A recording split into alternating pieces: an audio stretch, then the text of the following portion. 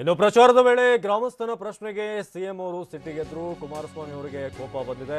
ಸಾರಾ ಮಹೇಶ್ ಕೆಲಸ ಮಾಡಿಲ್ಲ ಅಂತ ಸಿಎಂ ಅವರಿಗೆ ಗ್ರಾಮಸ್ಥರು ಪ್ರಶ್ನೆ ಮಾಡಿದ್ದಾರೆ. ಆ ಸಂದರ್ಭದಲ್ಲಿ ಗ್ರಾಮಸ್ಥನ ವಿರುದ್ಧ ಸಿಟ್ಟಿಗೆದ್ದಿರೋದು ಸಿಎಂ ಎಚ್ ಡಿ ಕುಮಾರಸ್ವಾಮಿ.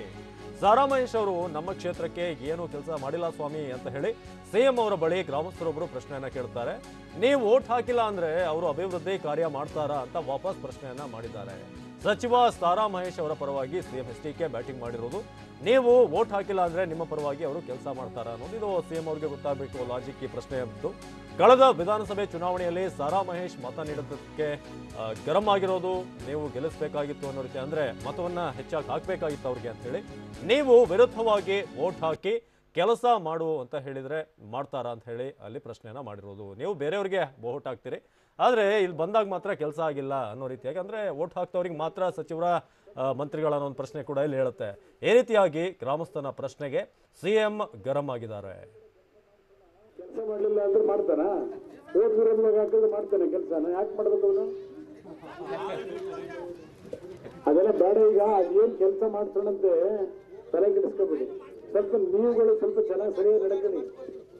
ಕೆಲಸ ಅದೇನಿದೆ ತಲೆ ಕೆಡಿಸ್ಕೊಬೇಡ, ಕೆಲಸ ಮಾಡಿಸೋಣ.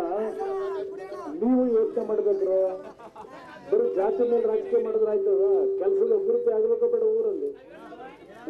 ನಿಮ್ ಜಾತಿ ರಾಜಕಾರಣ ಬಿಡಿ, ಸರಿಯಾಗಿದೆಲ್ಲ. ಏನು ಬೇಕಾದ್ರೆ ಮಾಡ್ತಾನೆ. ಯಾವ ಸಣ್ಣ ಪುಟ್ಟರು ಬಂದ್ರೆ ಬಿಟ್ಟಿಲ್ಲ ಮಾಡ್ಕೊಟ್ಟವನ.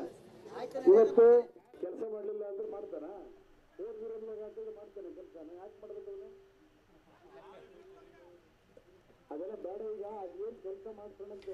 ದಿಲೀಪ್ ಈ ಬಗ್ಗೆ ಹೆಚ್ಚಿನ ಮಾಹಿತಿಯನ್ನು ಕೊಡ್ತಾರೆ. ದಿಲೀಪ್, ಈಗ ಮುಖ್ಯಮಂತ್ರಿ ಕೇಳಿರುವಂತ ಪ್ರಶ್ನೆ ಒಂದ್ ರೀತಿಯಾಗಿ ನೀವು ವೋಟ್ ಹಾಕಿಲ್ಲ, ಯಾಕೆ ಕೆಲಸ ಮಾಡಿಸ್ಬೇಕು ಅನ್ನೋ ರೀತಿ ಅಂತ ಅರ್ಥನ ಏನಾಯ್ತಲ್ಲ ಆಕ್ಚುಲಿ ಅಂತ ಪ್ರಶ್ನೆ ಏನಿತ್ತು, ಮುಖ್ಯಮಂತ್ರಿಗಳ ರಿಯಾಕ್ಷನ್ ಹೇಗಿತ್ತು ಅನ್ನೋದು.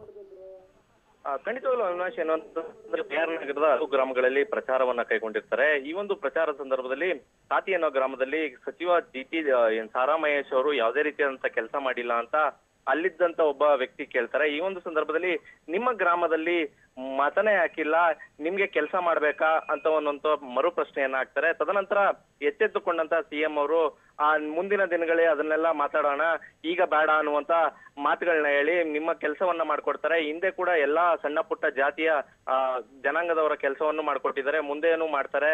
ಇಲ್ಲಿ ಜಾತಿಯನ್ನ ತರಬೇಡಿ, ಜಾತಿಯನ್ನ ತಂದು ಜಗಳವನ್ನ ಮಾಡಬೇಡಿ ಅನ್ನುವಂತ ಮಾತುಗಳನ್ನ ಹೇಳ್ತಾರೆ. ಒಟ್ಟಾರೆಯಲ್ಲಿ ಎರಡು KR ನಗರದಲ್ಲಿ ಕಾಂಗ್ರೆಸ್ ಮತ್ತೆ JDS ನಲ್ಲಿ ನಡೆಯುವ ಭಿನ್ನಾಭಿಪ್ರಾಯ ಈಗಲೂ ಕೂಡ ಮುಂದುವರೆದಿದೆ ಅಂತಾನೆ ಹೇಳ್ಬೋದು. ಈಗ ಈ ಇಂದು ಪ್ರಶ್ನೆ ಕೇಳಿರುವ ವ್ಯಕ್ತಿ ಕೂಡ ಏನು ಕಾಂಗ್ರೆಸ್ನ ಪರಾಜಿತ ಅಭ್ಯರ್ಥಿಯಾಗಿರುವಂತ ರವಿಶಂಕರ್ ಅವರ ಬೆಂಬಲಿತ ಅಂತ ಮಾತುಗಳು ಕೇಳಿ ಬರ್ತಾ ಇರ್ತಕ್ಕಂಥ. ಒಟ್ಟಾರೆಯಾಗಿ KR ನಗರದಲ್ಲಿ ಇನ್ನೂ ಕೂಡ ಮೈತ್ರಿಗಳ ನಡುವಿನ ಹೊಂದಾಣಿಕೆ ಸರಿಯಾಗಿಲ್ಲ ಅಂತ ಸ್ಪಷ್ಟವಾಗಿ ಕಾಣಿಸ್ತಾ ಇದೆ. ಅವಿನಾಶ್, ಧನ್ಯವಾದ ದಿಲೀಪ್.